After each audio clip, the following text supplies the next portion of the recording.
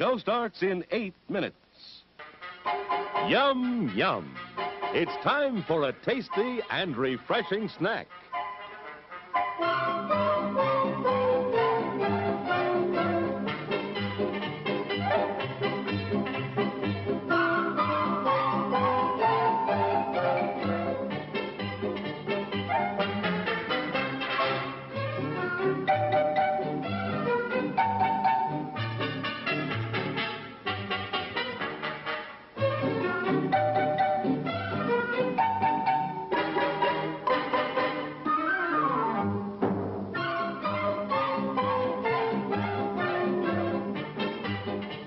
We promise to satisfy your hunger, your thirst, your sweet tooth. So visit our refreshment center now. Let's go! Show starts in 7 minutes.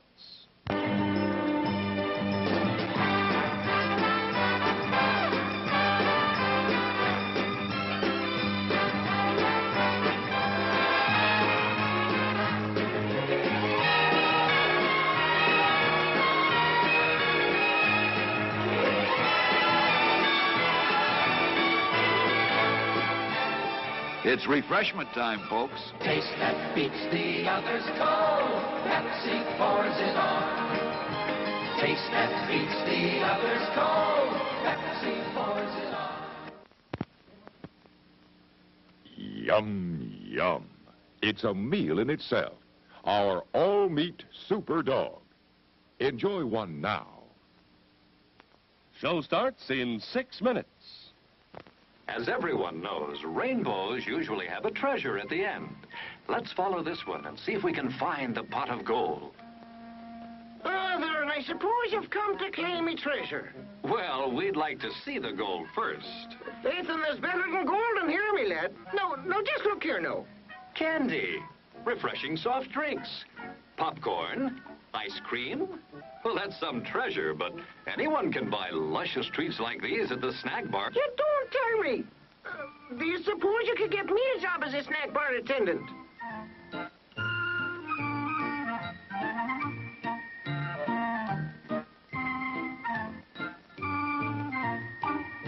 Show starts in 5 minutes.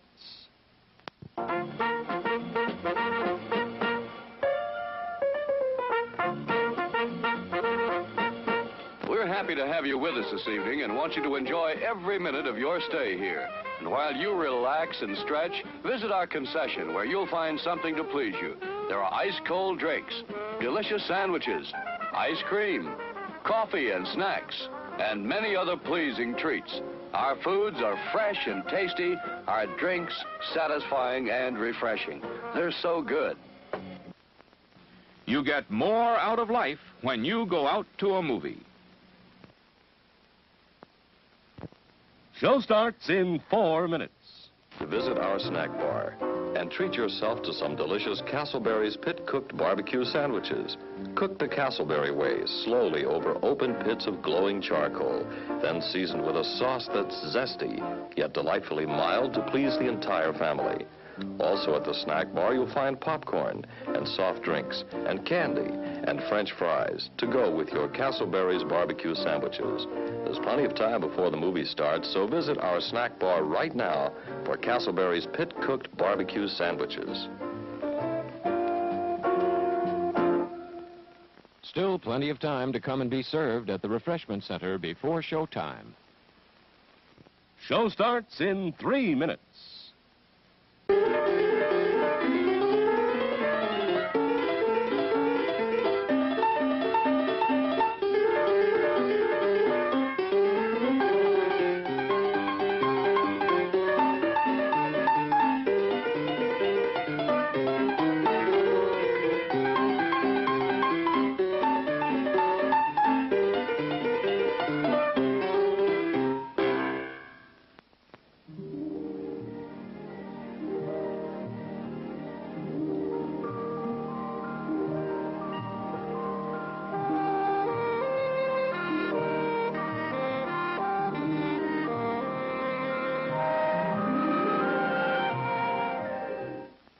Show starts in 2 minutes.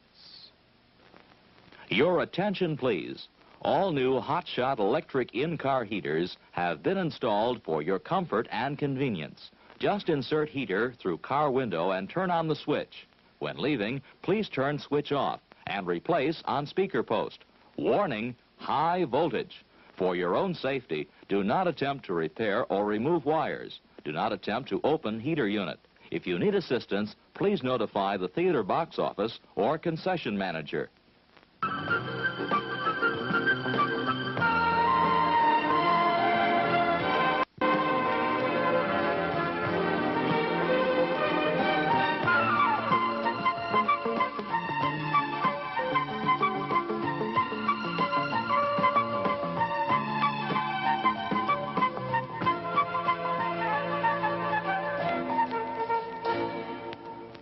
Show starts in 1 minute.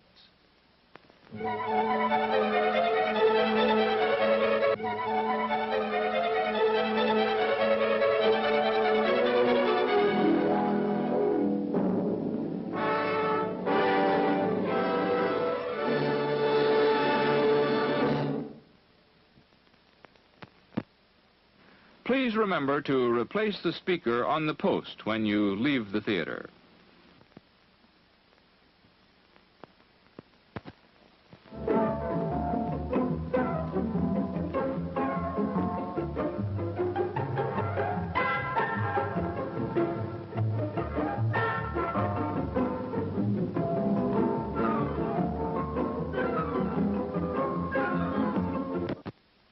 And now, on with the show.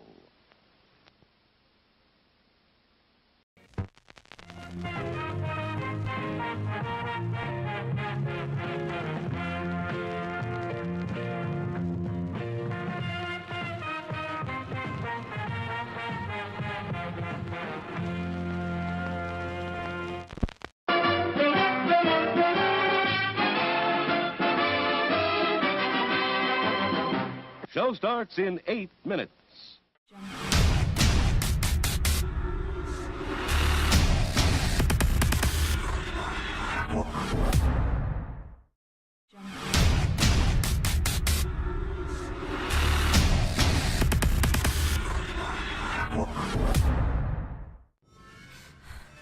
The GoreCast is brought to you by American Horrors, the greatest uncut horror channel in the world. 24 hours a day, 7 days a week, all horror. As well as the station of decapitation without your head. America's longest running horror channel, www.withoutyourhead.com. The following program is rated TV MAL. It contains strong language and is intended only for mature audiences. Viewer discretion advised.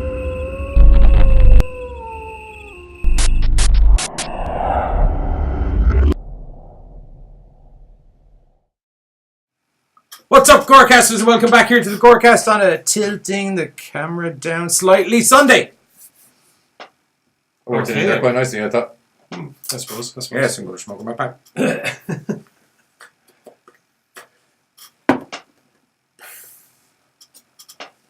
Crystal blue. Crystal meth. It's called Heisenberg. I bet it is. No, it actually is called Heisenberg. Kind of blueberry-ish. It's bubblegum menthol. It's quite nice. Okay. To be honest.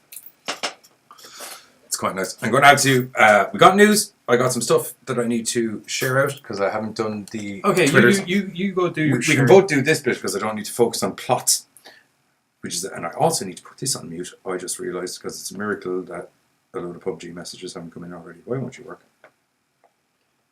So I just start rolling in with the news? Probably for the best, bro. Probably.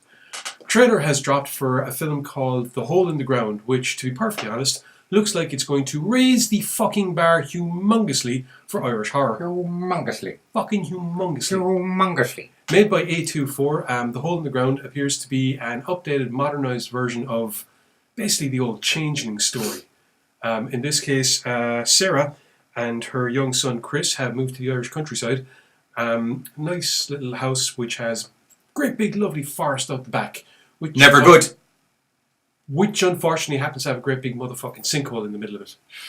Kid goes down the sinkhole, eventually comes back out, but doesn't quite seem... Oh no! quite right. Oh no! It's almost as if the child... Underground aliens have transferred his soul into a different body and now it's an alien boy with the face of their son! That it? No. Oh. You mad bastard. Yeah, I am. How about a little bit more Irish traditional fucking horror? Changelings. Yeah. Okay. It's almost as if the fairy folk have decided to abduct the child and replace them with one of their own vicious little bastards. Like, as they're known to do. As they're known to do. Crafty fuckers. There'll be more of that in the new Hellboy movie. Crafty bastards. The film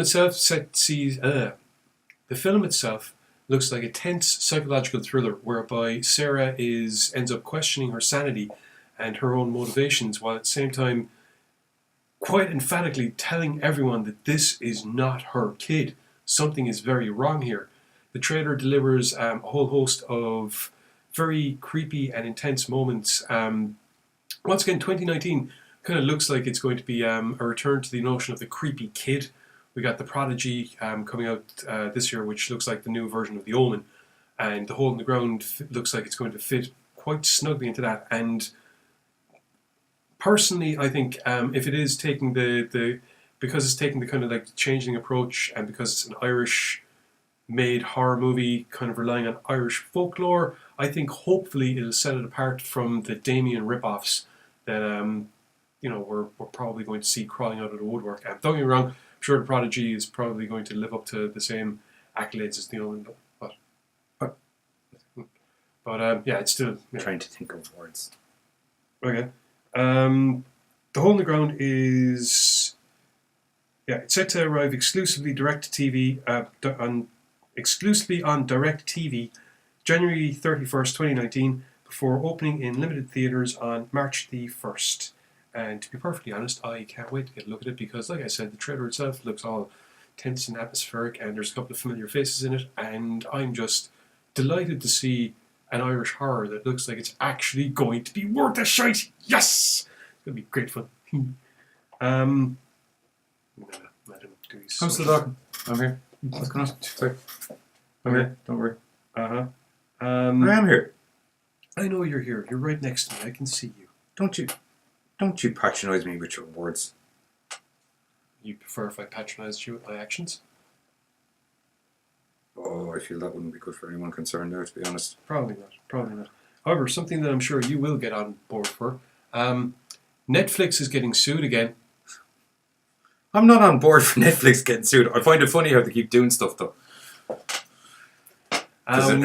This is a fucking debacle. We reported there last month before, whatever, about how the Satanic Church had gotten all head up about the fact that Chilling Adventures of Sabrina had a great big old statue of Baphomet in the middle of their hallway for the School of the Unseen Arts.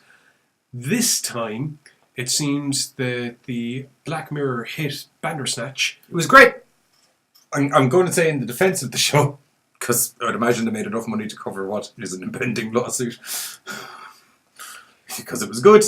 It was good. I have to say it was good. Yeah. It was quite good. Unfortunately, it infringed rather heavily on the trademark of ChooseCo, who were the ones that in the 80s trademarked the Choose Your Own Adventure books. Yeah, they essentially did such a close job of the books in the movie.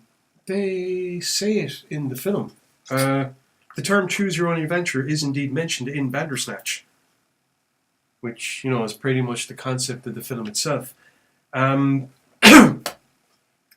Let's see. Statement Construct your own path. They could have said that. That would have been a lawsuitless endeavour. You see, here's the thing. Interestingly, ChooseCo actually, they have the trademark.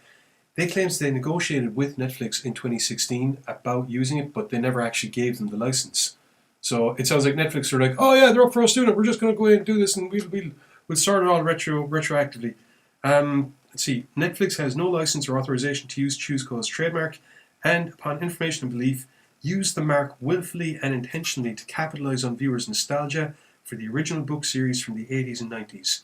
And that's a statement from the company in their lawsuit. The film's dark and at times disturbing content dilutes the goodwill for and positive associations with ChooseCo's mark and tarnishes. How can they call Bandersnatch dark? It's a blissful romp through multiple story. No, I'm lying. It's dark as fuck. I haven't It's dark watched as this. fuck. It's dark. You haven't watched it yet? I can't get into Dark Mirror. I've tried repeatedly and I can't. It's Black Mirror, number one, not Dark Mirror. And number two, Jesus Christ, just watch Bandersnatch, for Christ's sake, before it gets whipped off Netflix. Oh my God, you're so... Anyway. It's not a normal movie, fuck 'em. It's not that. Actually, it isn't. Okay, we'll do it so. It's the fact that I sat down all excited to watch Black Mirror, saw they had a great Star Trek episode, and then realised, oh no, wait, no they don't. It's some Burke playing a fucking computer game. Fuck this for a tub of spin. If I wanted this, I'd just watch any number of fucking things that it's ripping off currently. Don't even get me started on that whole popularity episode, because like I said, there was direct fucking... That got pointed out in a number of different things. There was the Orville, and I'm pretty sure that fucking Sliders did something similar years ago. Anyway, so yeah, that's Netflix, sticking their foot in it again. Next up on the interesting bit of tidbits is not really any one news item so much as I came across a list of TV shows that are going to be coming out in 2019, and I just thought, maybe have a bit of a discussion about them. Some of them that look really, really good, like for instance, The Passage. Basically, in The Passage is going to be released by Fox, and the notion of this is in a bid to try and cure all world diseases, basically. An interesting turn is taken with the scientific research whereby they start off using condemned prisoners and they start testing some stuff on them that never goes well. Well, basically it turns them into unkillable kind of zombie vampire thingies. Oh, no. Yeah. Let's see. No. First No. That's a fucking terrible idea. Focused on an underground medical research facility. What was that, focused? The Passage is focused. Focused? Fuck's sake.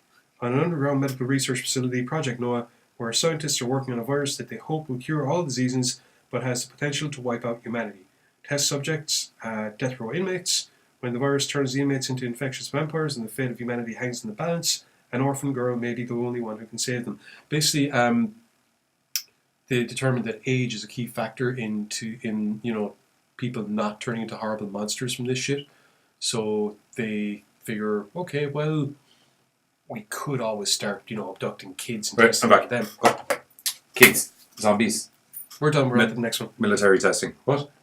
No. I got the gist of it. I know the story up until the kids bit. Yeah, that was pretty much all I had. Age is the key, so they're going to be abducting kids. So I expect, a lot of zombies, vampires. Yeah, looking for kids. No, they are. The vampires are the kids. The vampires are the kids. Speaking of vampires, apparently there's a 10-episode TV show for What We Do in the Shadows. Oh yes, I can't wait for that. It's such a good movie. Take your word for it. Oh my God, have you not watched that either? No, it's so funny. It's so funny.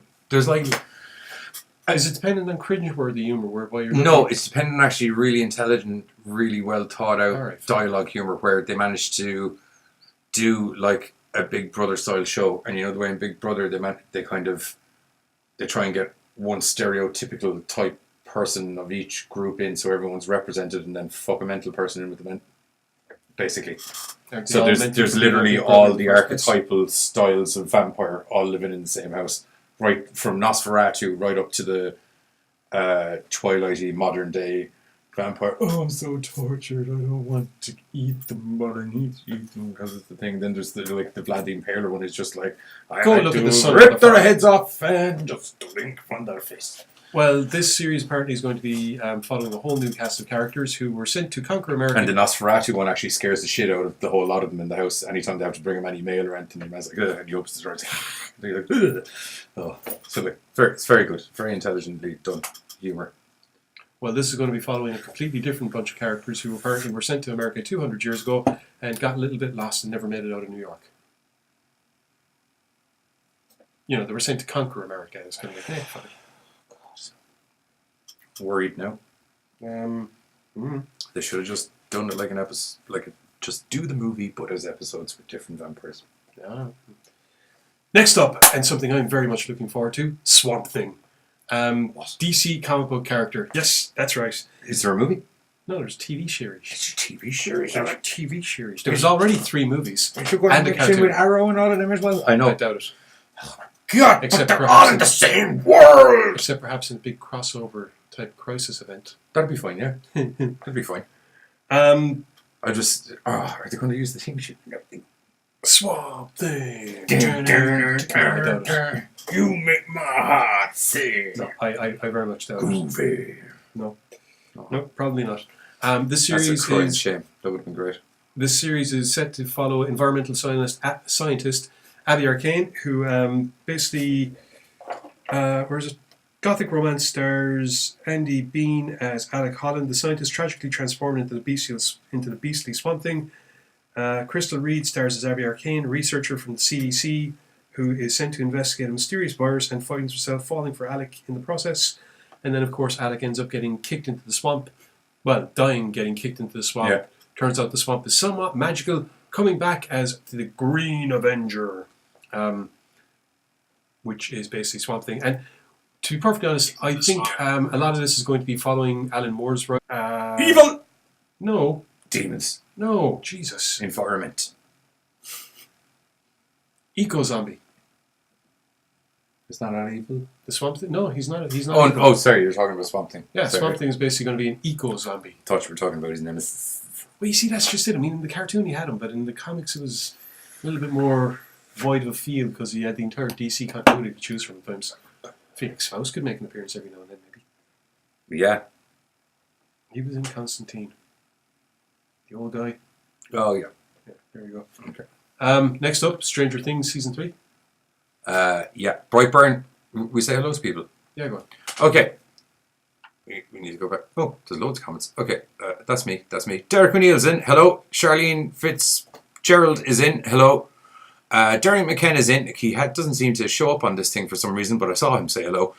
Pam's in. Hello. That's Charlene again. Katie McNeil's in. Hello. Hey, Katie. Blue's in. Hello. Hello. Burns in. Hello. Hello. The Kurgan's in. Hello. I love that Hello. name. I love that name. It's just so good. Martin Green's in. Hello. Boy, Martin. How are you doing? Katie McNeil and Charlene and Martin Green says Brightburn looks cool. We covered it last week. It does look awesome. Yeah. Okay. Quickly before, because now that you're back, I imagine. Dark Crystal Age of Resistance looks like it's going to be awesome because it's going to be on Netflix, and its prequel series is Dark Crystal, which means it's all going to be all dark and gothic and awesome. If they don't get sued. Why do they get sued? Or were they going to get sued over Bandersnatch and all that? Days up. But this is actually like the makers of Dark Crystal. Just don't. Why do you have to pick apart every joke? Anyway, that's going to be cool. Here's one you'd like. October Faction. It's based on an IDW comic. Basically, where is it? Fred and Dolores Allen are basically retired monster hunters. After the patriarch of the family dies, they decide to kind of retire and take their 2 teenage kids. I contemplate what you're talking about. Fred and Dolores Allen attempt to adjust to retired life under secret identities, but ghosts from their past refuse to stay dead, and their new town is less than idyllic. It's because it's full of demons? Possibly. It's a grim, morbid, and gory story. Okay. And movie? Show? TV show. These are all TV shows. Okay. You just launched into them. I did, yeah, after saying you said there there's were a some bunch of trailers. TV shows. No trailers, that's what you said, bro. No, I said that was... You actually said trailers because I actually was going to go, didn't we do trailers from 2019 last week? I never said trailers, I said TV shows that are coming out in 2019. Okay. Yeah. Anyway, yeah, pretty much. George is here too. Hello.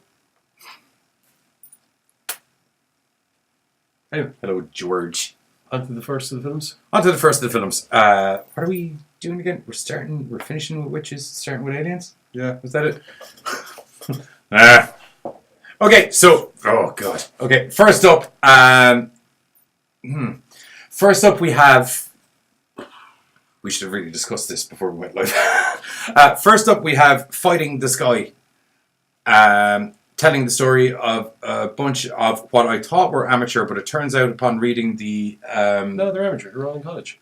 Aren't they? It says expert in the fucking thing. It says a lot of things in the fucking thing. Yeah, it says expert on IMDb, so I feel that we just with our eyes picked them up as amateur ufologists. Because they're all in college and they're amateur ufologists. But your one's an expert, it says on IMDb. It says a lot of things on IMDb. Yeah, but wouldn't that have been written by the people that made the movie is what I'm trying to fucking say? Not necessarily. Isn't it like literally there in words? Actually, no, not necessarily. Okay, we'll go by our synopsis. So, a bunch of amateur UFO hunters, basically.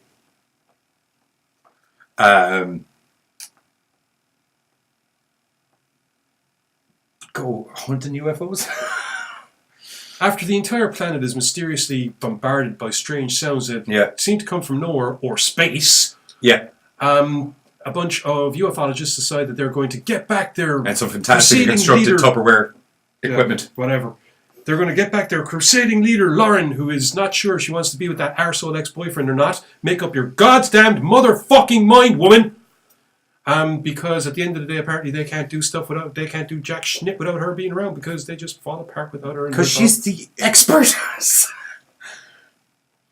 And apparently they're just... Unless, is it that she's the only one that's in college, thus making her the expert because she's technically studying this in college and all the rest of them just run around with Tupperware? Because someone did literally make Tupperware equipment. In-depth astral listening. The very first thing we see is this chick getting a phone call from her dickhead boyfriend, ex-boyfriend, whatever he is, stalker. You know? Yeah. Anyway, they decide to start investigating the strange sounds, which, thanks to the aid of their phones and some mics and a few other bits of jiggery-pokery, I guess, they're able to track down the unique audio frequency that the aliens are... Well, she realizes they're actually communicating with each other, so they track them down through that and go on this merry little jaunt around the place, tracking down various different wild goose chases and trying to figure out exactly what all the noise is going on. Yeah. Meanwhile, there's also a bunch of kids and their teacher outside in the forest doing a nature study. School trip. You have... Oh, what are their names? Valerie and Rosie Paz. There we go, P-I-Z. Valerie is the older sister at the tender age of, I don't know, 12 or 13, whatever, and is obsessed with the fact that these noises are probably extraterrestrial in origin and is freaking out her sister, and her mother is none too happy about it, and they need to get ready because they're going on their school trip. So they go on their school trip with their friends and their teacher, and they're in the woods and they're having fun and all the rest of it, and then they go play hide and seek, and then, well, they see something in the woods they probably shouldn't have, and then the teacher does something very, very stupid. Yeah. So I'm going to go and investigate the strange thing that just freaked the hell out of all of you. Yeah, opposed to let's get in the car. And leave. Well, first she runs away. Then she realises very quickly, presumably after seeing an alien, that I need to... Oh, she didn't see squat. Then why did she run away again? She didn't run away. She went up. No, she went to the woods. Then she came back from the woods. Then she went up. She was like, we need to get to the car. And then as she tells them, we need to get to the car... She didn't even go into the woods. Oh. She got about 2 feet, turned around, said something, and then got abducted. What scared her then? Said we need to get in the car. Okay, fair enough. I thought she investigated a bit. If she did, they didn't. There's an awful lot of stuff in this film that we're told happens. She walks towards the woods, then it goes back to a conversation between the guy and the girl for a couple of moments. At which point the teacher's coming back, going, we need to get to the car, and then... I don't know. All I know is that she disappeared and the kids were left on their own in the woods for a while. Yeah. Fortunately, however, little Valerie had run into Lorraine earlier on in the film because, well, Lorraine, as much as she doesn't want to be part of this whole UFO scheme, apparently it's in her blood and she can't help but investigate things. And while she's investigating things, she trips over the kid who's reading a book in the middle of the field on her own. Although, to be fair, she actually does comment, little girl in the middle of the field reading a book.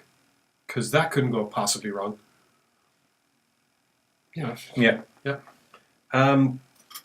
have a brief discussion, and Lorraine informs Valerie that if anything ever did happen, that she would happily go to her secluded cabin in the woods, because no one would be able to get her there. Valerie notes this piece of mental information for future reference, because when shit goes knocking fucking sideways for her, luckily, apparently, the woods that they're in just happens to be within walking distance of Lorraine's house, more or less. Or the cabin, or whatever they had. So that's that. That's cool. Meanwhile, Lorraine and her friends are encouraged by the arrival of Ava, I want to say. the Australian chick that has photographed evidence of a UFO outside of her house before things got really, really freaky and there was just noises. She brings this evidence to the ufologists, I guess. Yeah. What? Misspelling, who cares? Yeah. She brings her video to the ufologists and they get all excited, and she is basically dragooned into being part of the group because Lorraine has arrived on with her new investigations, which she said she wasn't going to do, but sure, she's there anyway. And then they start talking about all these different things, like the possibility of alien life, what the noises could be, the fact that alien life is supposed to have hit Earth in the past, and she references an occasion in the 60s where a bunch of people supposedly fell from the sky and said that they were from the future. Now, there's also, at the start of the film, we actually do have a bunch of people being kind of like appearing out of nowhere, I guess. There's a farmer in the woods, and all of a sudden these folk just appear and they fell from the sky. Lorraine and her... From the lights. Yeah, Lorraine and her bunch of merry men decide that they're going to go off and interview one of these people who admits that he's from the year 2074 and then gets very, very... Well, he got brought to the year 2074. No, he's from the year 2074. He's from the year 2074? Yeah, I thought it was he got brought to the year 2074. No, the whole point... Right, okay, so he's an actual future person. And, like, it's actually cool, and he's calm, and he's collected, and then he freaks the fucking bean for no reason when he brings up the subject of aliens. Oh, yeah, okay. I saw that! Whoa! The ending makes slightly more sense now. Ish. Well, like I said, we'll get to that.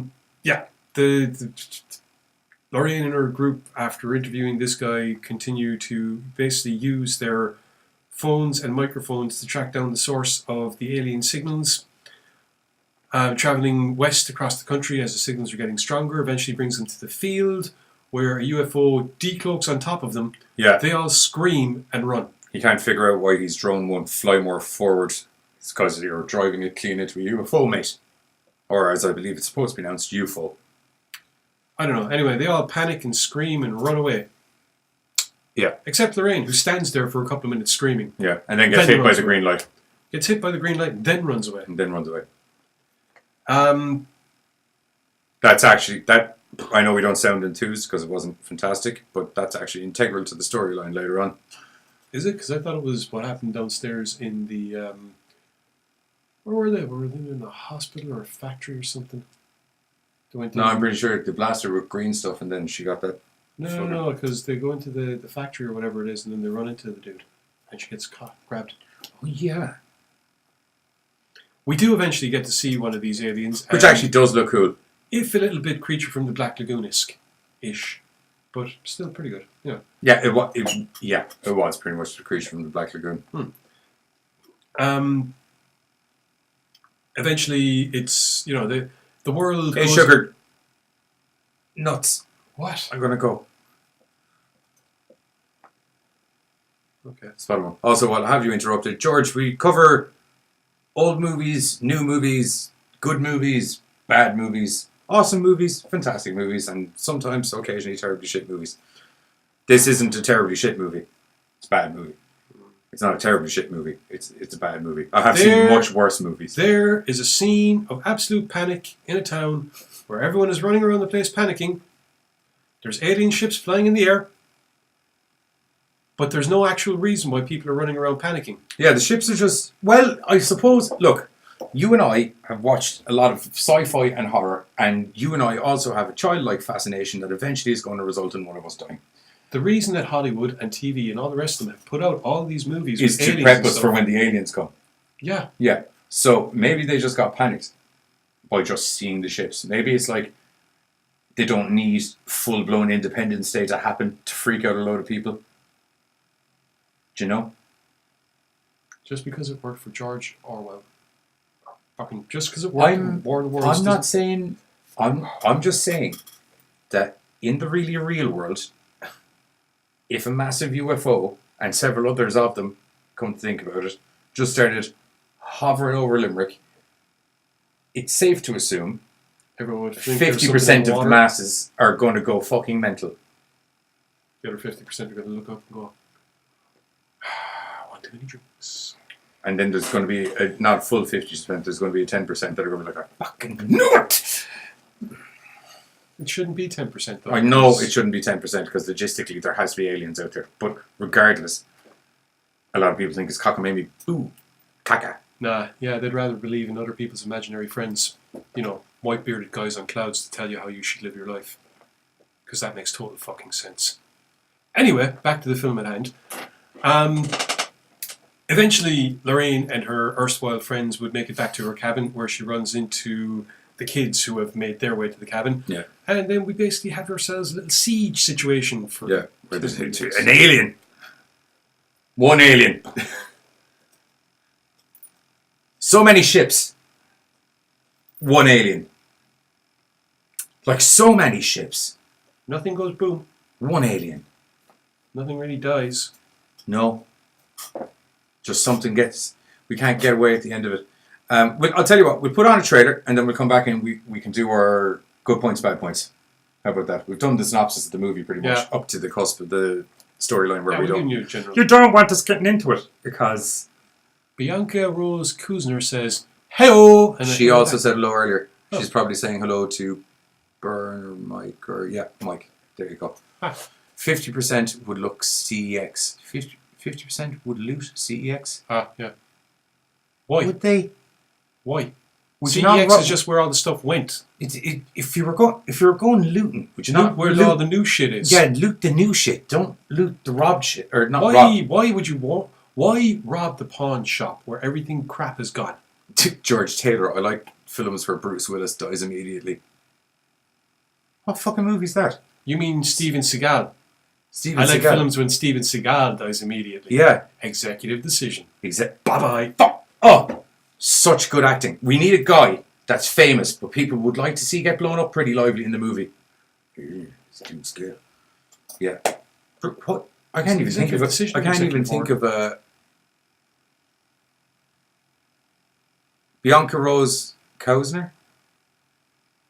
I was requested to say her name in my accent. Okay. Bianca Rose Kuzner is how I would pronounce that. You're better at this than I am. Bianca Rose Kuzner. Kuzner. Okay. That actually makes a lot more sense. Justin Bieber. This has turned into a weird thing now where it's just like, let's watch the Irish lads say things in their accent. How about we say fuck off and let us do the show? Yeah, okay. That's good. That's very cranky towards the audience, man. I'm sorry. Shouldn't be like that. I'm going to have a pep talk with you after the show. I'm sorry. Trailer? Yeah, trailer. I have a pep talk with you during the trailer. That's what I'll do. Oh. There's been a lot of buzz over the last few weeks about strange sounds being heard in the atmosphere.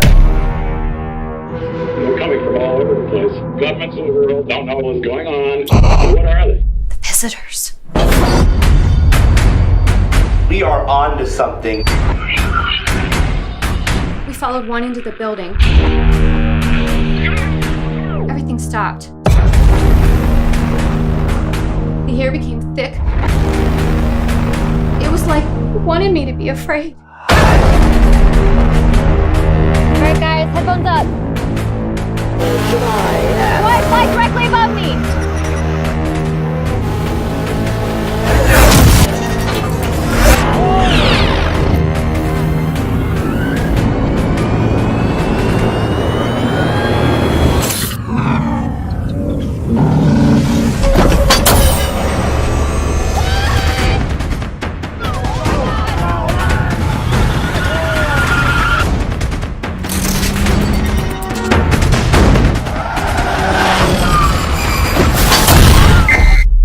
This is an emergency broadcast system alert. This is not a test. This is not a test. All citizens are advised to evacuate all major population centers. Then please remain calm.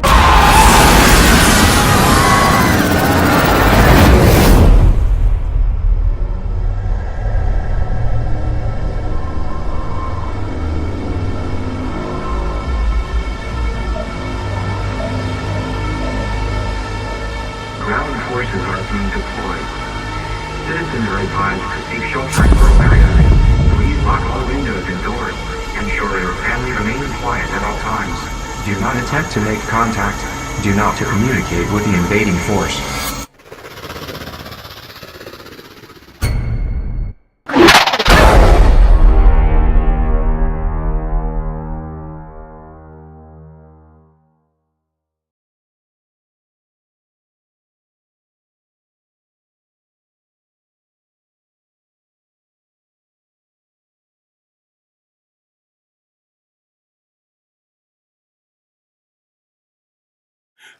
You want to wear me commando style? That literally fucking ruined my smoke break. What? If you were a pair of trousers, would you let me wear you commando style? I probably would, like. But I'm a pair of trousers. Unless you're talking about like a Buffalo Bill style pair of trousers where it's like, I'm going to cut your man meat off and turn it into a pair of pants. Then no. Always jocks. Okay. Thoughts on the film? Okay. I'm going to do my good points last. I think it's probably a better idea, to be honest.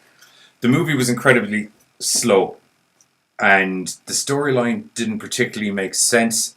It was rather disjointed, to be perfectly honest. And a major issue that I had was it was predominantly done as a serious sci-fi movie. But 90% of the scenes with the ufologists are like a hopped up, super happy Scooby Gang moments throughout the whole movie. To a really, really comical break into a hospital to interview your man. We're actually, like, the tone of the film, including the music, is so, at times, off-putting, because you're like, okay, is it a sci-fi, is it a horror, is it a comedy? Because you have scenes where they're trying to be intense, but the music just takes away from it. And then you have other scenes where the music is supposed to be intense, but the scene takes away from it, if you get me. And you're not quite sure what's the emotion that's trying to be put forward. What's trying to be conveyed here? Is this tension or is it comedy? It was just the one, as you heard us trying to figure out at the start of the review, the bunch of experts,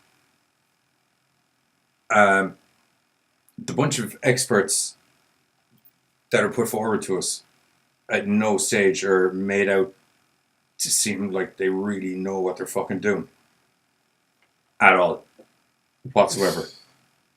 Yeah, to be honest, it really does look like a bunch of people that have been doing this fair enough, probably been doing this a long time as a hobby, and, you know, got uber excited by the fact that there's something actually there this time that they can prove. Personally, I think for me, probably the best thing about this film is actually the design of the aliens.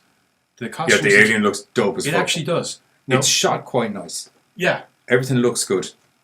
But the color grading also was like it never looked like it was a sci-fi or a horror movie. Yeah. It looked like that really nice, bright comedy style. And then, like, as I said, I think for me, the interview with the guy in the hospital kind of sums up. Because you have him being very nice and very pleasant and very, he's very outwardly, he's happy enough to chat to him. And then, like, the mood it's not even the mood, he just changes like that. Into a psycho. And even... The boyfriend? No, the guy they're interviewing in the hospital. Oh, yeah. Well, that's from the trauma of being zapped back in time, I suppose. Maybe, but he's cool with that, and it's only when the notion of an alien gets brought up that he, like, goes... I really need to get just a vape. I think I can get a vape pipe. Oh. Just I feel distinguished. Fair enough. To be perfectly honest, overall, Finding the Sky feels like they had a good idea, and that same question crossed our paths as well, George. To be blatantly honest, was it the creature from the Black Lagoon? Because at one stage I was like, he looks oddly familiar. Yeah, he does bear a striking resemblance. Ordinarily, myself and Giz don't do reviews this harsh. We try to. It's just I actually couldn't find any bit of enjoyment watching this movie. I'm not trying to sound like a dick. Yeah, it was. As I said, it's a well put together production. As in, it's shot well. It looks shiny. It looked good. You know, the the technical aspects of it were all on point. It was just the actual. I did like the decloaking of the alien ships. They did look well, to be perfectly honest. In certain scenes, they looked very bad in others. Yeah. Once you got them into the city centre, it got a bit dodgy. That entire scene just... Yeah, kind of... Like, I appreciate what they were going for, but I really feel if they'd taken out the Scooby Gang dynamic, I might have actually enjoyed this more. It's just the Scooby Gang thing really threw me off. Yeah, it's... Like, essentially the fate of the world is in the hands of these 5 people from, like, the storyline to a certain degree, and it's not... You never really felt like there was anything on the line. Yeah. It's just they kind of they show up and they take you away and then they pop you back again. Well... Or they pop you back in the wrong thing. Yeah. Or whatever. You know, but you just never felt like anything was actually on the line. Like the alien, when he came to attack them, never really attacked them or anything. He just kind of in front of them. Yeah. Well, he did. Like at one stage, he did have her by the throat at one stage. That was after they started beating the fuck out of him. To be blatantly honest, the alien was there at one stage and he was just looming in front of them, and then your one just started jumping him, and I was like, you know, he was hanging in front of those kids for quite some time without attacking them. Maybe he was trying to, guys, you know the way home. Yeah, or maybe he was trying to communicate, or maybe he was like, that blonde one's got a thing that we need for the thing that we do in space. Would you mind terribly? But because of the interdimensional travel, it just sounds like... And then, you know, the Australian chick comes over and bashes his brains in with a fucking shovel. Hmm. You know? They could have been trying to... Like, there was lots of... Yeah. There was just lots of loose stuff. Yeah. Yeah. Yeah. That was about it. So, sorry, Fighting in the Sky. You just didn't get us with it, to be honest. As I said, it looks really good. It's very well shot. The editing is actually not bad. Like, as in, the way the shots transition between and everything look good. But it's just the actual whole storyline. There's a lot of disconnectivity as you go through. It's like a lot of... And there's too much of a contrast in styles as well for what they were trying to get as the overall package, I think. I think there was probably a lot of ideas for interesting scenes, and it was just putting them together. I don't know who's in the original costume of the creature for the Black Lagoon. These are very random questions. Anyway, next movie. This was great. This is a hell of a lot of fun. Do you like Predator? Because you're going to fucking love this. Well, to be fair, it takes stuff from a lot of different films. It takes stuff from a lot of different films, but the actual... admits it. Yes, and admits it, but it also admits that it takes stuff from Predator. And one of the big things, it's constructed very like Predator. Or like any 80s action sci-fi, let's be fair. Yeah, there was virtually the exact same thing as Predator, where it was like, it's an action movie. Oh wait, there's fucking aliens! I'm not going to lie, right? At one point I was watching it, and in my head I was thinking, A-Team in outer space. Yeah, which was fighting Predator. Aliens for the human race. Which was Predator, except it was A-Team on a random island. That wasn't a random island. In the original Predator, it was in the middle of fucking Peru. Okay. No, Guatemala. My bad. Guatemala. There you go. But yeah. Crosby, crap, I'm after hitting the wrong thing. I got this. The host of the old TV show called Flipper was the guy in the suit for the Black Lagoon. What? Flipper, as in like the dolphin. Isn't that Flipper? Yeah. There was no host. There wasn't a TV show. It was a TV series. It was a TV series. Flipper, faster than lightning. No one can see. Oh, God, my brain! Oh, fuck! Man. I'm after bringing 10 years of memories back all of a sudden. I drank those away. Jesus! I drank those away. Gets worse. Now I got Skippy in my head. Yeah, there was no host for Flipper. Was there a host for Flipper? No. Was there a voiceover guy? Maybe he means the voiceover guy. Was there a voiceover guy? Possibly. That was Lassie, wasn't it? No. Shit, my brain's starting to hurt now. Oh. That hurt. Sorry, mine are... I haven't tried to think back beyond Baywatch. No, I don't mind going back far. It's just usually a little bit more colours and cartoons. I called him a host. The guy that talked to Flipper was the guy in the Black Lagoon suit. Oh, the guy that talked to Flipper was a kid. Yeah. No, that was Skippy. That was Skippy. He was a bush kangaroo. Yeah. How was his theme tune again? Skippy, Skippy, faster than light. No, I can't remember Skippy. No, I remember the show. Son of a bitch! No, I remember the show, I just can't remember the theme tune. You know it? It's now in my head. Do it. That's the Pink Panther, you fucking It is, idiot. yeah, like the gods. Saved. The Rinkety Panther. He's as plain as your nose. He's the one and only truly original Panther, pink from head to toe. Back to the film. Yeah. For the love of God. Oh, I just love in your world the Pink Panther theme tune could have been. I would have. I now want to see a kangaroo bounce around the Pink Panther theme. Ba-doo, ba-doo, ba-doo, ba-doo, ba-doo, ba-doo, ba-doo. We'll do like a boxing thing. Anyway, sorry, we're back. Horror. Set in the future after World War III and after intergalactic travel and trade has been established, Earth finds itself in kind of an uneasy existence, I suppose, with a race called the Shanti. Shanti. Yeah. Or Shanti. No, not Shanti. That's a Shanti. Yeah. Shanti. When a mercenary group led by Murphy. Is it? Good Irish name. I hope. Probably, yeah. Played by Vernon Wells, who's Australian, so kick it back long enough, and Botany Bay, Irish. There we go. Oh, it's true. That's a long way. It is, but it's also true. Anyway, Murphy is contracted to basically liberate this bioweapon, this crossbreed between Ashanti and something else that, well, we're not quite sure it's from their region of space, but it's big bad and some people want it. So Murphy manages to get the job done. Unfortunately, Murphy also gets double-crossed and killed for his troubles, and the prize is taken. That is when Secretary of Defense Billy Baldwin? Yeah, Billy Baldwin, yeah. Daniel Baldwin, my bad. It's a... I keep getting them all mixed up. They're just fucking... Here's the thing, for some reason, with these... Except Adam Baldwin, the good one. Alec Baldwin, you fucking numpty. Jane, Adam. Oh, okay, sorry. I know what you mean now. Yeah, there you go. I forgot he was a Baldwin as well. Yeah, but he's the good one. Oh my god. No, Alec Baldwin's great. Alec Baldwin's great, man. Anyway. Those Donald Trump impressions.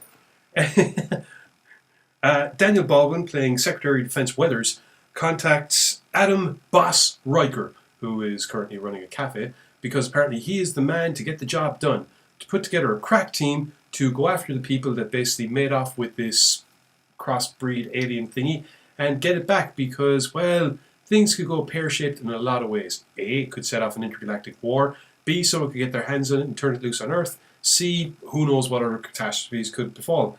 So under the orders of President Alec Henriksen, yes, I got it right, played by the awesome Vivica A. Fox, Defense Secretary Weathers contacts Boss Riker, who puts together his team, which includes,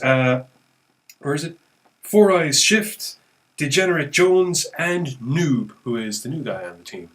And, like Johnny was saying, it is typical action-packed, Predator-esque, I guess, intros all around. You have Boss being a badass and showing why you don't fuck with him when someone tries to cause trouble in his cafe. You have interesting little snippets whereby he's recruiting the team, and you see what his teammates are like. You know, Degenerate is... But see, it's a bar. It's not a cafe. It's a cafe. It's a bar. Okay, kids. This is going to be one of these things now where I need to put my foot down and be like, you're just wrong. Yeah. It's a bar, because remember, he's even near the end. Okay. I'm going to lose the bar. I'm wrong, it's a bar. It's a bar. But what I love about that bar scene is it's like a not, like, what's the best way of putting it? You have the action movie opening where it's like, who's this guy? He's the boss. And he even calls him boss. And then three guys walk in and knives are pulled and everything, and everybody gets hurt. Bar the boss. Because he's the boss. And you're like, no fights, no guns, no bullshit. My sign. I put it there. I wrote that sign. Yeah. It's my place. Who are you, the boss? I am, in fact. Bang! Head off the table. I've got a knife. That's a terrible. You call this a knife. This is a knife. Now, but I don't know. Could I bring in his audio line live? It's probably go snake. Yeah. There's also too many trailers for an audio and video line to come in as well because it'll just crash the stream. Yeah. It's why we only do pictures on KFA or Die. Just pictures. But yeah, Boss puts together his team. You get these cool little snippets giving you an idea of what three of the members of the team. I forgot about Slaughterhouse. We need to cover this, actually. What? Some week, Rawhide Rex. That's come up in conversation several weeks on the Grand, show. we'll cover. Can we? Yeah. Calm, dudes. This is how the show goes. We're random as fuck. Yeah, I know. Okay. Jeez. Anyway. Team gets put together and they do a lot of stuff taken from a lot of different films. They even, to be fair, make no bones about the fact that they're quoting Time Cop at one point. It's brilliant. You know, there's the lovely homage to Doom. You know, where they've got the DNA guns and you know he's kind of like, okay, what's my name going to be? What's my name going to be? Noob. Oh, what the hell is Noob? Ain't you ever played Halo 4? What's Halo 4? I love what his name ends up being as well. Space Jesus. Oh, that was just something he said himself. No, his gun said it to him when he picked it up. He picked up his gun near the end of it and he goes, Space Jesus. I thought that's what he was saying when he was doing his hacking bit. You know, work for space, or you know. No, he says it, but as he when the gunfight near the end of it's happening, when he picks up his gun, it goes. I can't remember. Is it like Space Jesus authorized or something like that? Okay. But because remember there was the hack, it was their programmer guy was like, I can get you some DNA coding if you need it done, no worries whatsoever. So he didn't do the DNA coding, it was another dude. So it's obviously one of the guys that was just like, Space Jesus. But it only gets said after Noob does his hacking job on the station. Well, anyway, the point is they do the cool little Doom bit and they've all got their DNA tagged weapons. And it does, to be fair, someone actually goes, what's the point in doing DNA tagging? They made some very effective use out of old laser tag eye goggles and helmets as well. Those were just fucking sunglass lenses. I thought it was like the old laser tag. No, the black. Yeah. Those were from fucking sunglasses. The sunglasses? Yeah. That's even better. Again, it looked cyberpunk as fuck. It was great. Yeah. It was great. It was absolutely great. This film was, to be perfectly honest, fun. You can put it on, you can put it on and go, this is going to be cheesy sci-fi B-movie awesomeness. And it is, with a really enjoyable story. With great practical effects. Yeah. Great special effects. The digital effects are on fucking point. And most importantly, I know it falls under the practical effects category, but I can't reiterate it anymore. Fucking awesome alien. Yeah. Which, two versions, by the way, because the alien evolved form. Yeah, the alien goes through Omega Alien! It was great. Played by Stephanie Pin. Yeah, it was kind of... Yeah, because I saw she was on the list of actresses and I paid no attention to what role she played. And I was, at the end of the movie, I was actually saying it to Carter last night, at the end of the movie, I was like, you know what's weird? I saw Stephanie Pin on the list and I was like, I don't recollect actually seeing Stephanie Pin in the movie. And then I was like, she was hardly the fucking alien. And then I saw that she was the alien. And then certain scenes, all of a sudden I was like, oh yeah, actually, yeah, that really makes a lot of sense now. Oh yeah. As I said, Crossbreed delivers pretty much exactly what it says it's going to do on the tin. It is, you know, a really good sci-fi action movie with some decent horror aspects to it, primarily in regards the Crossbreed creature itself. Once it does get on the loose, creature on the loose. Yeah, they rely more on kind of like the creep factor, I suppose, for the creature more than visceralness. You know, you don't see it attacking, but you see the aftermath of attacks. Yeah, if you get me. You do see one attack though, which is pretty good with the tentacles. Yeah, and you figure out a very, very special power that the alien has, which is, I think, an interesting dynamic. Is that what caused? Yeah, it's kind of like, do you remember the alien from Species? Do you remember if you looked at the alien from Species, you'd end up kind of getting fucking hypnotized? Yeah. So like, I can't look away. Yeah. I can't, like, he knows he can't look away. He knows he's going to get murdered, but he can't look away. Then again, I wasn't sure if that was supposed to be something the creature was doing or just circumstance. I am literally, you know, the brain is registering shit. The body's going, I can't move. Frozen with fear to a degree. If you like seeing the history of horror movies, George, we're probably going to have some of the guys from this on for an interview in the next couple of weeks, so you can get the whole history of the film there. Plug. Yeah, the interesting thing about this one is that they do manage to put in, it's not just your straight up, there's actually a bit of a twist in it that, well, it's not really a twist, I suppose, because you're actually shown the twist at the very start of the film. But the guys don't know it, so it's fun for them to find out. And there's It's just Daniel Baldwin is so having good. so much fun with this. It's He's unreal. so good. So is Vivica Fox. Yeah. The two of them are just like, you know what? She's an awesome fucking president, by the way. Yeah. She's a great president. Yeah. Vivica Fox for president. Just Have you seen Kill Bill? You know, some shit Yeah, goes I know. down the White House. She'll handle shit. She will handle shit. What I thought was cool was when certain authority figures are informed of certain shenanigans that are going on, their reaction is just a typical, you know what? Fuck him. Like Cordell, I want to see a War of the Worlds sequel where the aliens have antihistamines.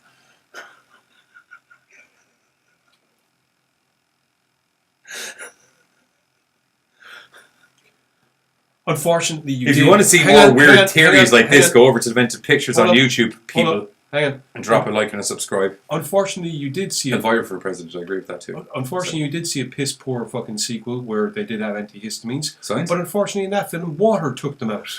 Yeah. Why would you? That was always a problem I had with that movie. That was the problem you had with that movie? No, there were several points. I can give you my three main problems with the movie. Number one. One was my atypical problem I have with a Shyamalan movie, where it's like a lot of yeah, and not a lot of actual stuff happening. Number two, if they're such super intelligent aliens that are beyond our technological abilities and everything like that, why are they landing on a planet that's 80% full of stuff that will murder them clean, stone cold fucking dead? Number three, if they're that big and technologically advanced, I know a baseball bat's a vicious weapon, but I would have assumed baseball bat would have done, energy shield, laser beam, anything. They just got their head smashed in with a baseball bat. In his defense, he did take a fierce fucking swing. Admittedly, I have heard there's Stargate had a great take on the energy shield, whereby slower moving objects could pass through it. So, a thrown knife could get through, but an energy blast couldn't. With that theory, a baseball bat would get through, whereby, a bullet wouldn't. Just saying.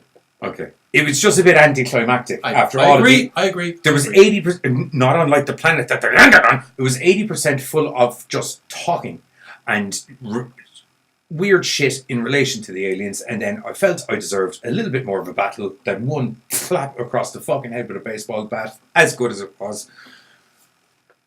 Anyway, it's just a bit anticlimactic, and then he falls near a glass of water, and it's game over, and it's just like, what in the flying fuck am I watching?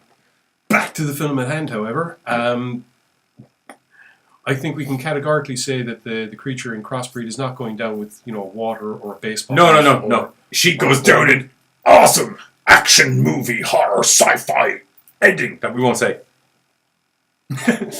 Sorry, I built that up really bigly. I did that like a. I also made up a word there because bigly doesn't actually exist, kids. If any of you under the age of 18 are watching, fuck it, it could happen. It could happen. The Lieber's in the fucking dictionary. What?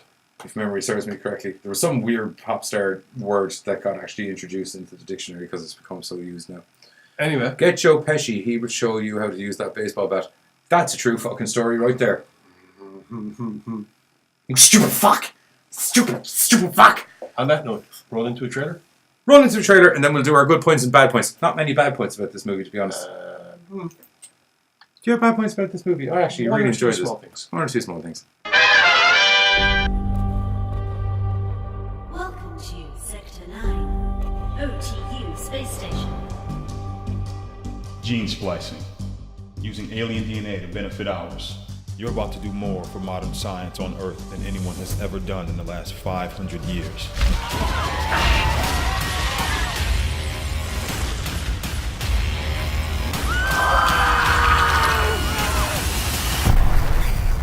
The Sharak-T are coming for it. Does this mean war? Madam President, does this mean war? Spacecraft UCT monitor carrying an alien life form was commandeered by mercenaries. We believe they're going to use it as a platform to launch chemical weapons against the United States. We need someone who can do the job, and Riker is the best candidate. Welcome to Sublevel 5, Medical Research Level. Riker is unsuccessful, and that cargo does not end up in the hands of the Sharak-T. World War IV will not be instigated by mankind. DNA recognition rejected.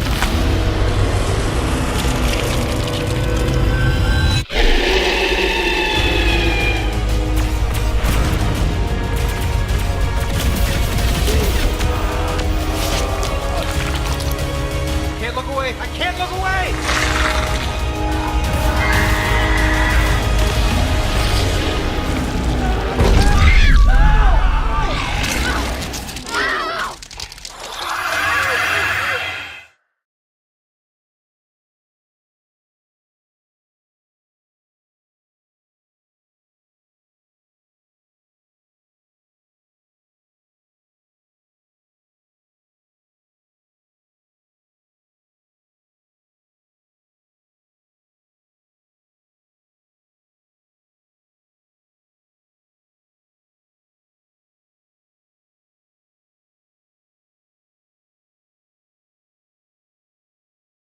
And we're back. What's going on? We'll go up to... Did Aliens films begin with War of the Worlds? I don't think so. No. Wasn't there like... before alien ships came, there was massive alien ants and bugs and things like that. The reason War of the Worlds is so important is because before movies got started... Also, before you finish that, Johnny, if you were a jar of gherkins, would you let me tickle your pickle? Which one? Because I'm a jar of them. There's multiple. Okay. Anyway, the reason War of the Worlds is so important is because before TV movies really got big and famous, there was an audio play and it was War of the Worlds, but it was presented in such a way that people genuinely, legitimately thought that they were listening to actual news reports of an alien invasion. Now, the fact that this was interspersed with musical excerpts from shows that would have been seen as contemporary at the time means that it was very, very believable. So as a result, if you want to ever look at a prime example of reality copying fiction, there was legitimate fucking riots when this thing went out because people legitimately thought we were being invaded by aliens. So all you can do afterwards is just try and get that kind of feel for any movie that would come afterwards that has an alien invasion in it. It's the same as like Blair Witch Project. To a degree, yeah. It kind of set a new bar. No, Invasion of the Body Snatchers would not be the first Alien movie because Them was out long before that, and Them was like alien ants. Were they aliens? I thought they were aliens. I don't think it was a nuclear thing. I thought they were aliens. I thought it was a nuclear thing. Was it a nuclear thing? I thought it was a nuclear thing. There was definitely alien something bugs long before Invasion of the Body Snatchers. Yeah. Alien insect life form. Yeah. I can't remember. I won't lie to you. We'll actually have to look that up. And we might even do a show involving it afterwards. What's the first alien movie? Like, what's the first actual alien movie like?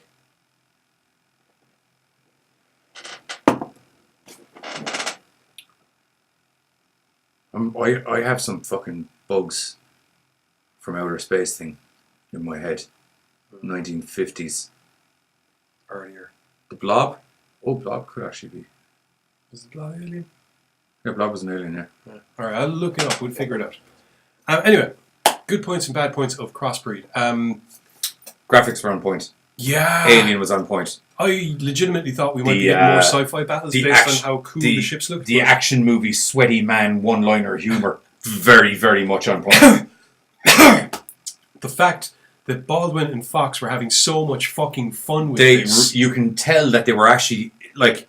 They're having a laugh, and you kind of not in the stupid like taking the piss out of stuff, but very, the right. You could, do you know? It's you can tell when two people are just enjoying themselves because it was like the dynamic between the two of them on screen seemed.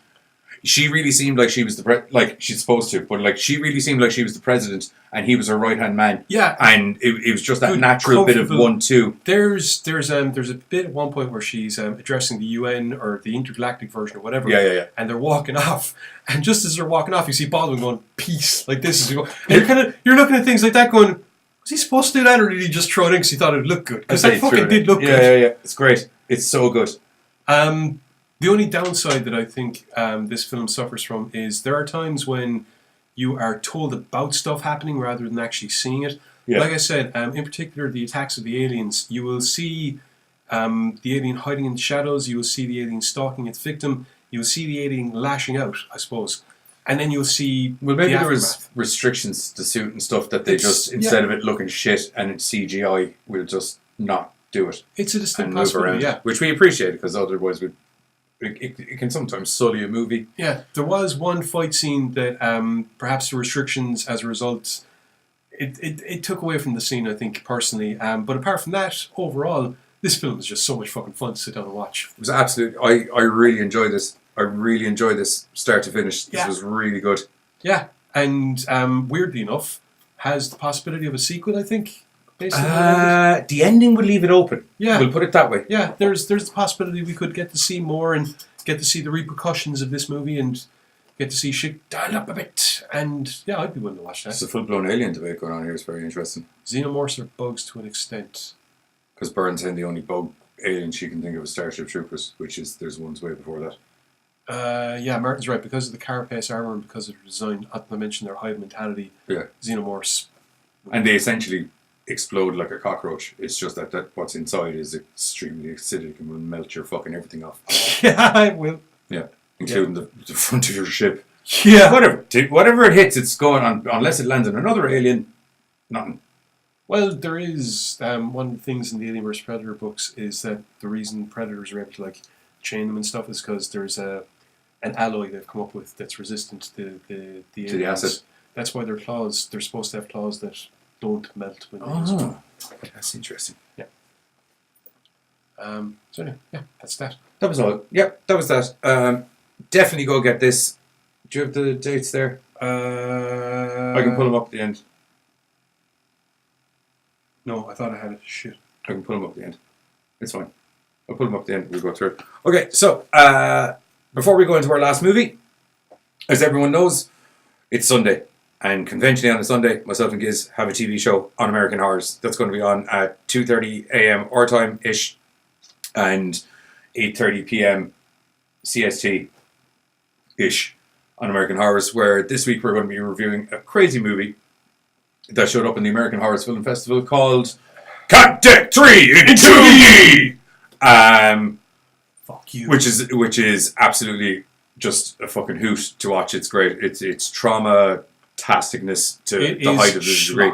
But as is conventional, which hasn't been conventional completely in 2019 because we haven't done a trailer yet. But normally we do promos for the show, and we have a promo this week, so we're going to put that on, and then we're going to be back to talk about Bloodbound. What's up, you sexy sons of bitches? Johnny Deadly here with the Giz, and we're in the not in the green screen studio today. We're on our normal studio because we don't need the green screen because we were watching the American Horrors Film Festival premiere last week. There was a buttload of awesome movies in there, Yes, but one there of them in particular tickled our fancy because it's just off the wall crazy, and it goes by the name of Cat Deck 3 in 2D. What in the fuck was that? Is there someone else? Shouldn't be. No, okay. Trauma-induced schlocktastic super... It really throws your run off, doesn't it? I know, yeah. A trauma-induced schlocktastic super horror... Cat Deck 3 in 2D. Okay. What the... I'll get an exorcist in here again. I know the last one went missing. We're still... I found the bones of the last one at least. Yeah. And anyway, a schlocktastic crazy comedy horror that we're going to be reviewing this Sunday on American Horrors, 8:30 p.m. CST, 2:30 a.m. GMT-ish, give or take. Yeah. Roundabouts. Where we're going to be doing our review of Cat Deck 3 in 2D. Yes! That's how you fucking do it. Cat Deck 3 in 2D. Mother fucking son of a... I give up.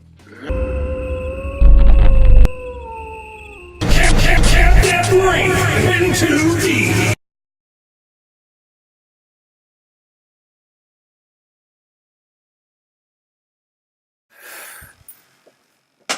This is getting weirder. If I made a mankini made out of cheese and weed, would you look twice? Yes. What? You kind of have to. Okay. Sorry, I was busy. Because initially you'd be like, oh, there's Mike in a mankini, or what I'm now dubbing a Mikini. There's Mike in a Mikini. And then you'd look away, and then your brain would be like, wait, is that Mikini made of cheese and weed? I don't know. Martin Green, I think everyone would, Mike. See Bird up above. Bane, Giz, remember, I'm only youngish. That's in relation to the Alien movies conversation. Ah, yeah, right. Well, we're not as old as that. Yeah, I'm not that old either. Yeah. Well, I'm like 35, but I'm not like... I wasn't... Just to clarify, it's not like I saw them in the fucking cinema or anything. You know, for a split second, I thought you were going to say, I'm 35. It's not like I'm 36 or anything. No. I wasn't. Mike Heaney, get that shit on Dragon's Den. We're going to have to wait for weed to get legalized in Europe, everybody listening, before we can do that. Because it seems that weed's a crucial component of that Mike Heaney. Anyway, next up, as the information for the episode that went out earlier said, aliens, witches, and more aliens. So we've done aliens and more aliens. It's time for witches. Yes. Ish. Is it? I'm not sure they're witches. Would you say witches? Absolutely. Okay, yeah. Okay, fine. Yeah, that's fine. Witches. Which with the witch of the show that we're going to talk about. I have to say, Giz nailed it on the fucking head here, where it was like, this is what a Twilight movie actually should have fucking been. Yeah. Yeah. Because it is a dark, sinister, and quite honestly harrowing tale of a really abusive relationship that a girl ends up being forced into because she has run afoul of something which has supernatural powers. Yep. Basically, Carrie and her boyfriend and their other buddy have an awful habit of breaking into people's homes. Robbing shit, selling that shit for money, and then smoking that money through some sort of narcotics. Or just straight up mainlining heroin, apparently. Yes, well, you can also smoke the heroin. Okay. I would imagine it's better than fucking mainlining it. I don't know, we only saw mainlining it. Okay, well then they like getting needles and shooting up narcotics. Was it Brian and Sam or the... Yeah. So Sam is Carrie's boyfriend, who Carrie's lawman, sheriff, father... Sheriff. Yeah, sheriff. Is very much... He's the law of the town. He's very much disapproving. Well, because she keeps breaking into houses, shooting up fucking heroin, then stumbling back in the door because her junkie boyfriend drops her off at home. Yeah. So, like, in the he defense... doesn't know all that. He knows she's fucking jumped out of her fucking gourd. Yeah, probably. Yeah, so, as a sheriff, as any parent, you don't want to see your daughter jumped out of their fucking gourd. Let alone if you're the lawman of the town. Yeah. So, I can slightly get where he's coming from with it, to be honest. He is a bit of an asshole, though. Yeah. Yeah. When... Okay. Raul and Sarita, I think. Yes. Move into town. It's quickly discovered by the two lads giving them a hand that they have a great big trunk full of fucking money. Yep. Big fucking trunk of money. Now these two lads, they hang around with Sam's older brother. And basically through word of mouth, Sam gets wind of the fact that they have got a big trunk full of money. So himself, Carrie and Brian decide that once again they're going to do their little... I want that trunk full of money! Because, money! Yeah. Unfortunately, things don't go quite according to plan. Because the trunk full of money's attached to people with dark powers from Satan. Yep. Well, not Satan, but someone. The trio quickly find themselves mesmerized, I suppose is the best way of putting it. Yep. And then you have Carrie, who we have already seen is not in the mood to just, have her first time be in Sam's car. Nope. So instead, thanks to mesmerization. Thank you. And some dark magic. And the fact that they were doing a really naked, culty ritual anyway, which always helps. Well, I think it was all... orchestrated. Yeah. Yes. Carrie ends up being basically... We're trying to say the trunk of money was laid as bait to get these junkie fucks, most importantly the blonde one here, because she's quite crucial to the rest of the story. Carry on. Yep. Carrie ends up being raped, basically. But because she is out of it, it's a really dark and harrowing one because while she is lying there basically looking up at Sam and Brian, they're forced to stand there looking at her. There's no emotion whatsoever from any of the three of them. And just the entire scene is one of oppression, and you're given this intense feeling that they have absolutely no power whatsoever over what's going to be happening to them next. And that's the tone for the rest of the movie.